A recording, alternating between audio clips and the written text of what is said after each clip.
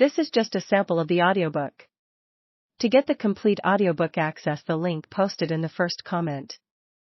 3 Federal officers ascended to our decks. The steamer proved to be the U.S. gunboat Mercedita, and her commander, not doubting for a moment that he had made a valuable capture, had sent off a boat's crew to take possession of his prize.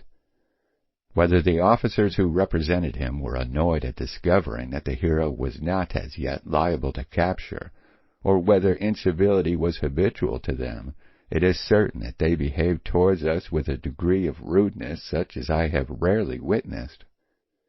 After a detention of 5 hours, however, we were permitted to continue our course.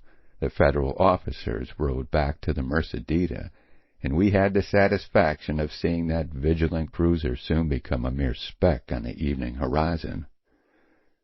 I was the more disturbed by this most unwelcome visitation, because it deprived me of many valuable papers and manuscripts, letters of introduction, and the like, which, fearing they might be seized and read by our visitors, I burned upon their approach.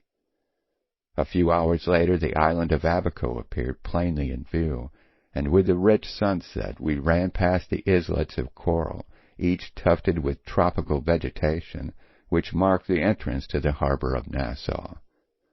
The cargo of the hero consisting in great part of powder, we were compelled, in accordance with the regulations of the port, to lie to 5 miles offshore, but the vessel having been signaled, a boat was soon sent to us, from which stepped aboard a young English midshipman, who could not have been more than 14 years of age, but who seemed fully conscious of the importance wherewith he was clothed by Her Majesty's uniform. This beardless officer, having taken a look at the ship's papers and a glass of grog with becoming dignity, returned to Nassau, leaving us ill content to remain all night in the steamer, from which we saw the sparkling lights of the city and caught the delicious perfume wafted seaward from the island. At 6 o'clock next morning we found the ship surrounded by barges filled with negroes, who clamored loudly for the privilege of taking us ashore.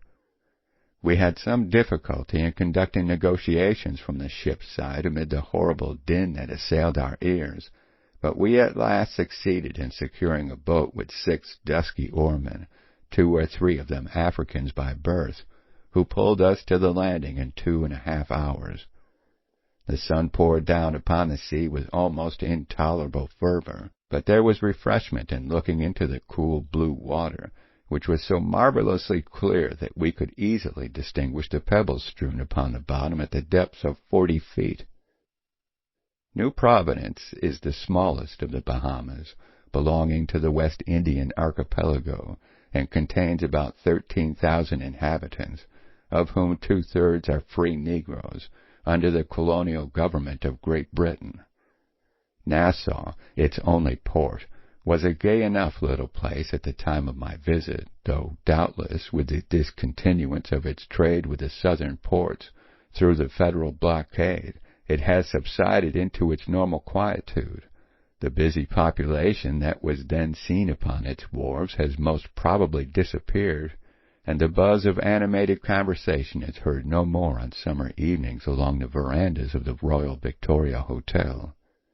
This large and comfortable establishment occupies the highest point of the island, and looks down upon the town, which stretches away to the right and left, terraced from the sea in regular gradations of ascent.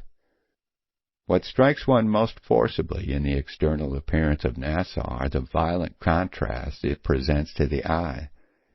Nothing is subdued. The white Spanish houses absolutely glister in the overpowering glare of the sun. The roofs are as white as if they were covered with snow, being constructed, like the walls, of the coral formation of the island. The streets and roadways are dazzlingly white, and an impalpable dust rises in white clouds from every passing vehicle. The men are dressed in white from top to toe, white muslin turbans around their straw hats, and their feet encased in white canvas shoes, like those worn by the boating crews of the Thames rowing clubs. Such are the lights of the picture.